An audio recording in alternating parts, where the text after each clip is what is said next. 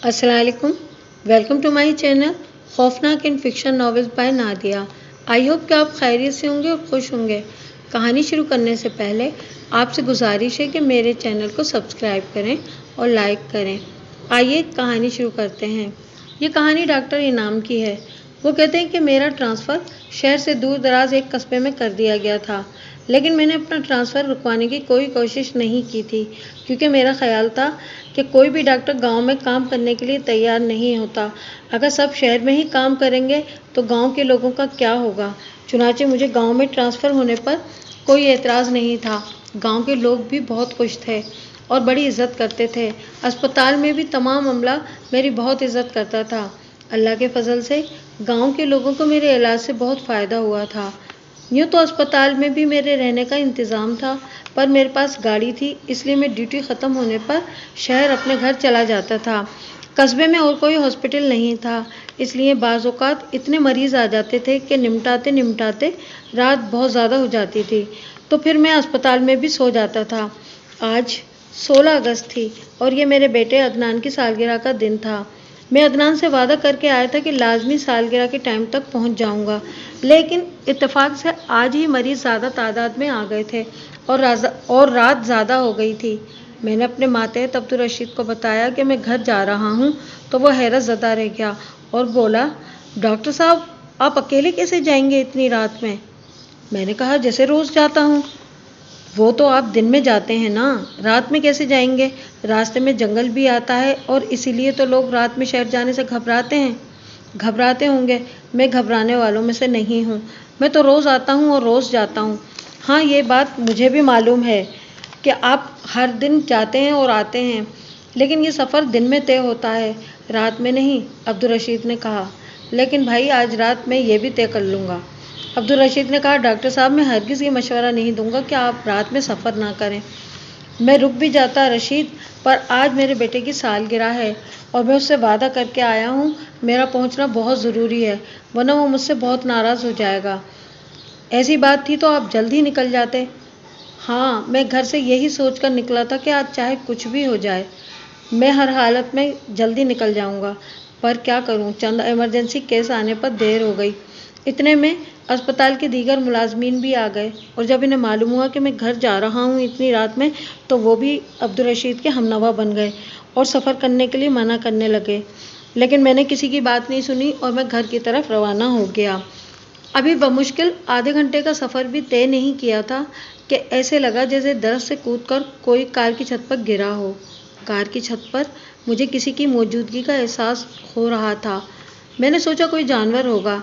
ये सोचकर मैंने गाड़ी की रफ्तार तेज़ की ताकि वो जंगली जानवर कार की छत पर से नीचे गिर जाए।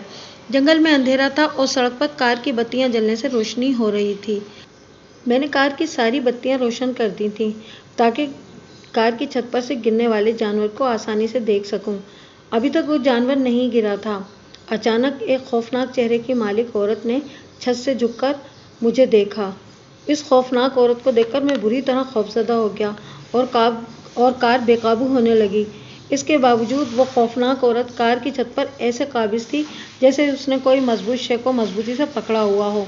मेरी इस बौखलाहट पर उस भयानक औरत ने ज़ोरदार कहकहा लगाया, जो सन्नाटे में दूर तक सुनाई दिया। मुझसे डरता है? डरना तो तुझसे मुझे चाहिए, वो बोली। मेरी समझ में नहीं आ रहा था कि इस मौके पर मैं क्या करूं। अचानक उस औरत ने सड़क पर से छलांग लगाई और तेज़ी से दौड़ती हुई जंगल में घुस गई। मैंने सुकून की सांस ली। मेरी समझ में नहीं आ रहा था कि डरावनी औरत क्या थी, बला या फिर कोई अफरीत। बहरहाल वो जो भी थी, इस वक्त तो मेरी जान बच गई थी, वरना न जाने वो मेरे साथ क्या करती। मेरा बाकी सफ़र खौफ के आलम में गुजरा, लेकिन शुक्र है कि फिर कोई ऐसा वाक़या पेश न आया। ज़िंदगी में ऐसा वाक़या मेरे साथ कभी नहीं पेश आया था, इसलिए मुझे हैरत के साथ साथ परेशानी भी हो रही थी। घर पहुंचने पर मैंने घर में किसी से भी इसका जिक्र नहीं किया कि वो कहीं परेशान न हो जाएं, लेकिन सालगिरह की सारी तकरीब में भी मैं इस वाक़ये को न भुला सका और सारा वक्त गुमसुम ही रहा। घर वालों ने पूछा तो मैंने इसकी वजह थकन बताई। दूसरे दिन मैंने छुट्टी कर ली क्योंकि मैं सुबह में भी इस रास्ते से गुजरते हुए डर रहा था। हालांकि मैं गुज़िश्ता 2 माह से इस रास्ते पर सफ़र करता रहा था और कभी इस तरह खौफज़दा नहीं हुआ था। तीसरे दिन मैं डरते डरते अस्पताल चला गया। इस दिन अस्पताल में इस दिन रास्ते में कुछ नहीं हुआ। शाम को जब मैं घर जा रहा था तो मैंने एक मोटरसाइकिल सवार को देखा जिसकी गाड़ी बीच सड़क पर पड़ी थी और वह जख्मी भी दिखाई दे रहा था। मुझे देखकर उसने दूर से ही मुझे पुकारा, मुझे उठाओ, कहीं मुझे कोई गाड़ी ना कुचल दे। मैंने इधर उधर देखा, मुझे दूर तक कोई भी नजर नहीं आ रहा था। मजबूरन मैं गाड़ी से निकला और उसे उठाने लगा, लेकिन ज़मीन से नहीं उठा सका क्योंकि लागर और कमज़ोर नज़र आने वाला बूढ़ा एकदम बहुत भारी हो गया था। मुझे उठाना इतना आसान नहीं है जितना तुमने आसान समझ लिया है। वो बूढ़ा आदमी ज़ोर से हंसा। उस आदमी की हंसी इतनी पुरस्कार थी कि अंदर से मैं लरस गया। उस रात ये बचकर निकल गया था, आज ये बचकर नहीं जाना चाहिए। एक औरत की दरख्त से आवाज़ आई। मेरी नज़र जूं ही दरख्त पर पड़ी तो मेरी चीखें निकल गईं। वो वही अफरीत नुमा औरत थी जो रात में मेरी कार की छत पर कूदी थी। मैंने इस बूढ़े को छोड़ा और तेज़ी से कार की तरफ बढ़ा। मैं शदीद घबराया हुआ था। मैं जैसे ही कार में बैठा, उस औरत ने भी कार की छत पर छलांग लगा दी। खौफ के मारे मेरे हाथ पांव फूल रहे थे। मैंने बड़ी मुश्किल से गाड़ी स्टार्ट की और गाड़ी को दौड़ाने लगा। अचानक वो बूढ़ा गाड़ी के सामने आ गया। कार जोर से बूढ़े से टकराई और बंद हो गई। मुझे ऐसे लगा कि गाड़ी आदमी से नहीं, दीवार से टकराई है। खौफनाक सूरत वाली औरत ने मुझे विंड स्क्रीन से देखते हुए अपने खौफनाक दांतों की नुमाइश करते हुए मुझे कहा, तू मुझे घबराया हुआ बहुत अच्छा लग रहा है। वो निहायत खौफनाक आवाज़ में कहे लगा रही थी। मैंने फिर कांपते हुए हाथों से जैसे तैसे करके गाड़ी दोबारा स्टार्ट की। वो बूढ़ा फिर गाड़ी के सामने आ गया। इस बार मैंने गाड़ी टकराने की बजाय मोड़ ली। इससे पहले कि वो दोबारा मेरे सामने आता, मैंने गाड़ी तेज़ी से दौड़ा दी और उसकी पहुंच से दूर निकल गया। वो अफरीत नुमा औरत कार की छत पर अभी तक मौजूद थी और ज़ोर ज़ोर से ख़तरनाक कहकहे लगा रही थी और उसके गूंजदार कहकहे मुझे खौफजदा कर रहे थे।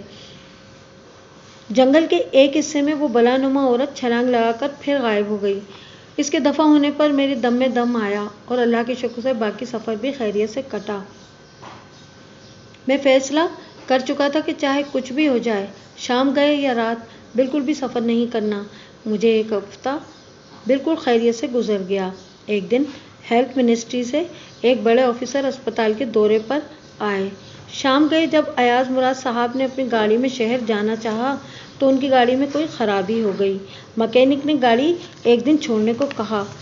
अब उनके पास बस एक ही सूरत रह गई थी कि वो रात में मेरी गाड़ी पर मेरे साथ शहर जाएं। मैंने कहा, सर, रास्ता बिल्कुल सेफ़ नहीं है रात में सफ़र करने के लिए, और दूसरा कोई ऐसा रास्ता भी नहीं है जहाँ से शहर पहुँचा जा सके।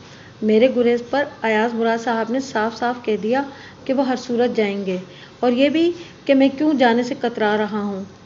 और उनके बेहद इसरार पर मैंने फिर सारा अहवाल बताया, जिसे सुनकर वो मुस्कुराए और कहने लगे, यार, कैसी बातें कर रहे हो, इस दौर में भी जिन भूतों पर यकीन करते हो।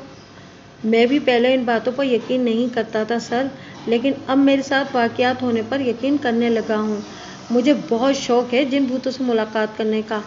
आज मैं इसी बहाने इनसे मिल लूँगा, अयाज ने तमस्कुर उड़ाते हुए कहा। अपने अफसर की बात सुनकर मेरा चेहरा फुक हो गया। मैं जानता था कि अयाज मुराद बड़ा ज़िद्दी किस्म का आदमी था, इसलिए न चाहते हुए भी मुझे अपने अफसर को शहर ले जाना पड़ा। और कार स्टार्ट होने पर अयाज मुराद ने मेरी तरफ देखा और मुस्कुराने लगा, और फिर मजाक उड़ाने वाले अंदाज में कहा, घबराने की ज़रूरत नहीं है, मैं तुम्हारे साथ हूँ, कुछ नहीं होगा। मैं क्या कहता, चुप करके गाड़ी स्टार्ट कर दी।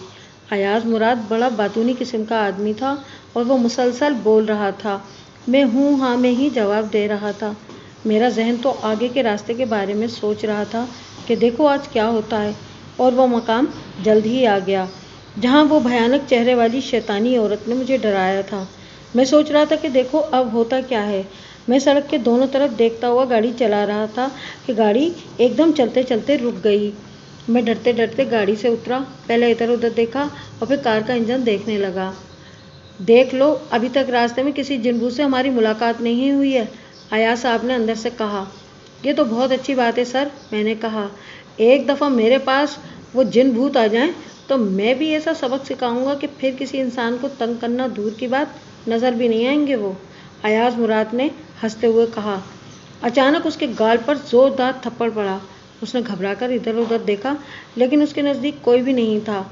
इस असना में फिर उसके दूसरे गाल पर और ज़्यादा ज़ोरदार थप्पड़ पड़ा कि वो बुरी तरह हिलका रह गया, और इससे पहले कि वो संभल पाता, उसके गालों पर लगातार कई ज़ोरदार थप्पड़ पड़ने लगे। वो जल्दी से भागकर कार में दोबारा बैठ गया। उसकी सिट्टी गुम हो गई थी। वो हंसना मुस्कुराना भूल गया था। इंजन का एक तार जो ढीला हो गया था, उसको जल्दी मैंने टाइट किया और कार में आ बैठा तो मेरी नज़र अयाज के गालों पर सुर्ख उंगलियों के निशानात पर पड़ी। तो मैं चौंक पड़ा और मैंने कहा कि सर, ये क्या है? तो अयाज मुराद ने कहा, गाड़ी को जल्दी से दौड़ाओ। जैसे ही गाड़ी चली, पीछे से इंतहाई हौलनाक कहे सुनाई देने लगे। ऐसा लग रहा था कि कई मर्द और औरतें ज़ोर ज़ोर से कहे लगा रहे हों। मैं तुम्हारी बात को झूठ समझ रहा था, लेकिन वाकई यहाँ कुछ तो है इनाम, अयाज मुराद ने खौफजदा आवाज़ में कहा। सर, मैं इसीलिए रात में सफ़र करने से आपको मना कर रहा था। इस कस्बे के लोग भी रात में सफ़र नहीं करते, और उसका सबब यही आसेबी जिन्नात हैं। हाँ हाँ, वो अच्छा करते हैं। वाकई रात का सफ़र ख़तरनाक हो सकता है यहाँ। दूसरे दिन मैंने सर अयाज मुराद की खैरियत मालूम करने के लिए फ़ोन किया। सर, कैसी तबीयत है आपकी? यार, मुझे रात से सख्त बुखार है। बड़े ख़तरनाक थप्पड़ पड़े थे भाई। तुम्हारी बात ना मानकर मैंने ठीक नहीं किया, अयाज ने कहा। सर, इस वाक़ये को भूल जाएं, मैंने कहा। हाँ हाँ, याद रखने का कोई फ़ायदा भी नहीं, अयाज ने कहा। 2 हफ्ते गुजर गए। इस दौरान कोई वाक़या पेश नहीं आया, और होता भी कैसे? मैं तो दिन में सफ़र कर रहा था। आज जब मैं शहर से कस्बा जाने के लिए निकला तो मुसलसल सोच रहा था कि किसी तरह भी हो सका तो अपना ट्रांसफ़र शहर करा लूँगा। एक मकाम पर एक नौजवान ने मुझे कार रोकने का इशारा किया। मैंने कार रोकी तो उसने कहा, क्या मुझे शहर ले जाएंगे आप? मुझे शहर जाना है। गाड़ी का कोई बंदोबस्त नहीं हो सका है मेरे। मुझे वो शख्स बड़ा पुरस्कार सा लगा। इससे पहले मैंने उसे कभी कस्बे में देखा भी नहीं था। मैंने फिर भी इस अजनबी को न जाने क्यों ना चाहते हुए भी बिठा लिया। मैंने तुम्हें कस्बे में कभी देखा नहीं है, मैंने उससे पूछा। कैसे देखेंगे आप साहब? मुझे तो बहुत कम लोग जानते हैं और मैं बहुत कम लोगों से मिलता हूँ। अच्छा, तो आप क्या काम करते हैं? मैं परेशान हाल लोगों की परेशानियाँ दूर करता हूँ। वो कैसे जनाब? मैंने कहा। कभी कोई आसेब तंग करता है तो मेरे आस्ताने पर आ जाना। आसेब परेशान करना भूल जाएगा। क्या वाकई? मैंने हैरत से कहा। मैं तुमसे झूठ क्यों बोलूँगा? मुझे कभी रात में शहर जाना पड़ जाए तो मुझे एक खौफनाक किस्म की बलानुमा औरत और एक बूढ़ा आदमी तंग करता है, मैंने उसे बताया। मैं समझ गया। मुझे पहले भी किसी ने बताया था, लेकिन ये याद नहीं रहा कि इनका दिमाग दुरुस्त करना है।